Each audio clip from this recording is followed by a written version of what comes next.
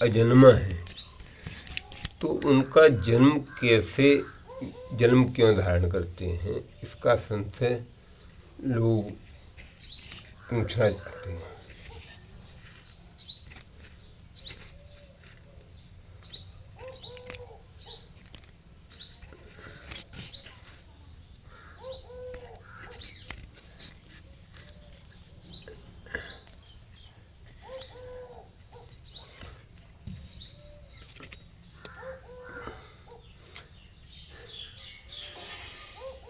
यदा क्षयं गतं सर्वं तदा विष्णुर्महाबला अमृतं सुवत तूर्णमायामस्य मोहिनी। मोहिनी देवी के रूप सौंदर्य पर सभी दैत्य मोहित हो चुके थे। जैसा तैसा मोहिनी कहती जाती थी, वैसा ही असुर करते थे। सभी दैत्य अमृतपान हेतु एक पंक्ति में बैठ जाते हैं। उसी समय देवता उनके समक्ष उपस्थित हो जाते हैं और अमृतपान की गुहार करते हैं। ये देख मोहिनी दैत्यों से कहती है कि आपके दरबार में देवता लोग अतिथि के रूप में आए हुए हैं, तो पहले अतिथि का सम्मान किया जाता है या खुद का सम्मान किया जाता है? अगर किसी के घर में कोई रिश्तेदार आ जाए तो पहले रिश्तेदार को खिलाया जाता है या खुद खाया जाता है? तो रिश्तेदार को खिलाया जाता है। तो दैत्यों के घर में अगर देवता आए हैं तो पहले सम्मान उनका करना चाहिए। तो बोले आप जैसा करेंगे तैसा ही हम करने को तैयार है। तो अमृत देवताओं की पंक्ति में मोहिनी देवी अमृत को पिलाने लगी। दरबार में आए ये सब देवतागण अतिथि हैं, इनके अमृत देना चाहिए, क्योंकि जो लोग शक्ति के अनुसार दूसरों का उपकार करते हैं उनको धन्य माना जाता है। परेषामुपकारं चाये कुर्वन्ति स्वशक्तिता धन्यास्तु एवं विज्ञेया पवित्रा लोकपालिका। मोहिनी देवी के कथा अनुसार दैत्यगण देवताओं को पंक्ति में बैठने के लिए कहते हैं और देवताओं का हित चाहने वाली मोहिनी देवी फिर राक्षसों से कहती है, वेद का श्रुति में कहा गया है घर पर आए हुए अतिथियों का सत्कार सर्वप्रथम करना चाहिए। अतिथियों का भोजन कराने से स्वयं भोजन करना चाहिए। तो अवतार शब्द नीचे उतरने का अर्थ ग्रहण किया गया है। संस्कृत में व्याकरण अब उपसर्ग और तु तरणे धातु से पृथक होने अवतार शब्द बनता है। जन्म कर्म च मे दिव्यम एवं यो वेत तत्वतः तत्वा देहि पुनर्जन्म नेत मामेत सुवर्जन। भगवान अजन्मा हैं तो जन्म कैसा? प्रश्न का दार्शनिक उत्तर ये प्राप्त होता है, भगवान सर्वसमर्थ हैं। वे बस वर्तनी प्रगति योग माया अथवा शक्ति के अनेक रूपों में प्रकट होते हैं। अजोऽपि सन्निव्यात्मा भूतानामीश्वरोरपि सन प्रगतिं स्वामाधिष्ठाय सम्भो याम्यात्मा यया। परमात्मा की जन्म ग्रहण अवतार हेतु क्या है? उन्होंने अनेक रूपों में अनेक नामों से अवतार क्यों लिया? इसके समाधान शास्त्रों में अनेक स्थलों पर मिला जुला है, सुप्राप्त होता है। 12 पुराण के आरंभ में ही भगवान बारह को नमस्कार करते हुए कहा, इस अवतार का ग्रहण करने का प्रयोजन समस्त प्राणियों के कल्याण के लिए अथाह जलराशि निमग्न पृथ्वी का उद्धार करना है। पृथ्वी का उत्पीड़न करके रसातल में ले जाने वाले को दंडित करना चाहिए, क्योंकि हिरण्याक्ष ने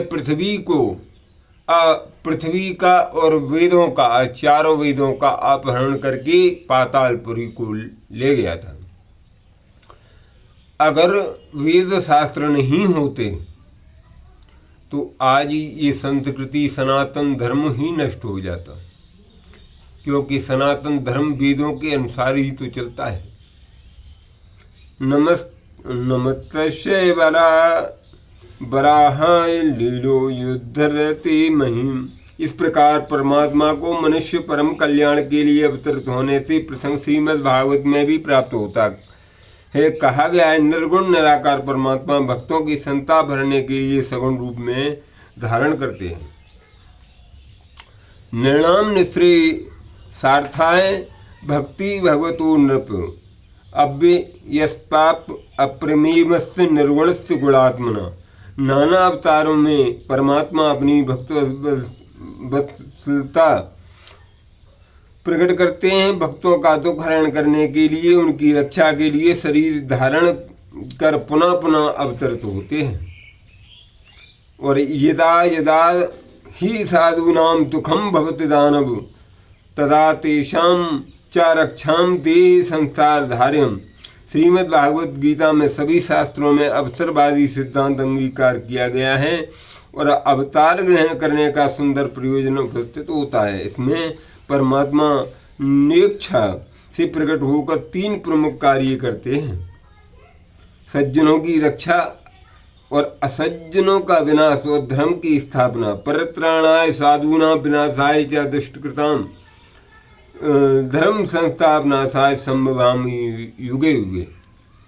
तो यहाँ पर विशेष विचारणीय है कि निर्दोष लोगों का आशंक रक्षा करना भी अवतारी पुरुष जैसा कार्य है। ऐसा करने वाला व्यक्ति संसार में अतुल्य कहा जाता है।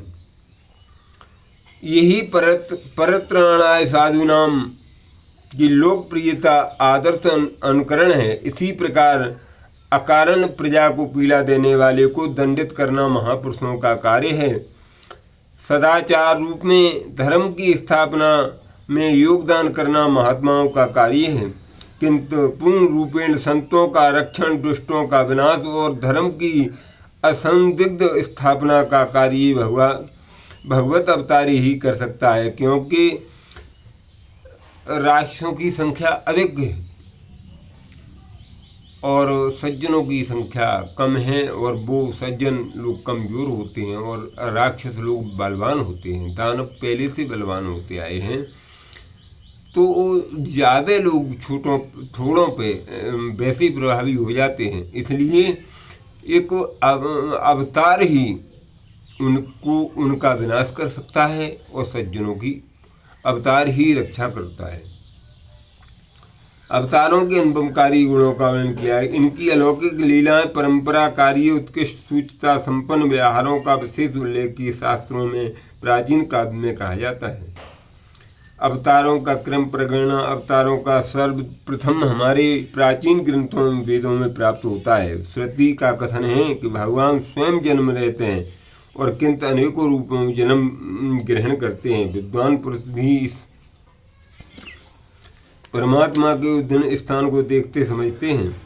प्रजापति चरत गर्भे अनंत जायमानो बहुधा जायते तस्य योनि पश्यन्त धीरस्तस्तु भुवन विश्वा। भगवान विष्णु के 12 अवतार धारण करने का उल्लेख ऋग्वेद में मंत्र में भी प्राप्त होता है। विद्यद् वाराहं तरो अद्रमस्ता। महाकवि कालिदास ने रघुवंश में 12 अवतार की छवि अपनी अद्भुत काव्य कला से संवारा ही है। साथ ही उसके प्राचीन वैदिक संदर्भ में संकेत कर दिया है। रसाल तलाल निव्यून पुंसा भवा प्रवक्ता दोहन क्रियाया अस्या अम्बुछम प्रलय बृंधु मुक्ति वक्ता भरेण बबू। मल्लिकानाथ ने श्लोक की व्याख्या करते हुए उल्लेख किया कि आदि बारहा के द्वारा पृथ्वी का परित्रण किया व्यक्जित होती है। तो अवतार इसलिए ग्रहण जब जब होए धर्म के हानि, बाढ़ हैं असुर अधम अभिमानी। तो सतयुग में सत्य का सहारा था। सत्य के प्रभाव से सबका कल्याण हो जाता था।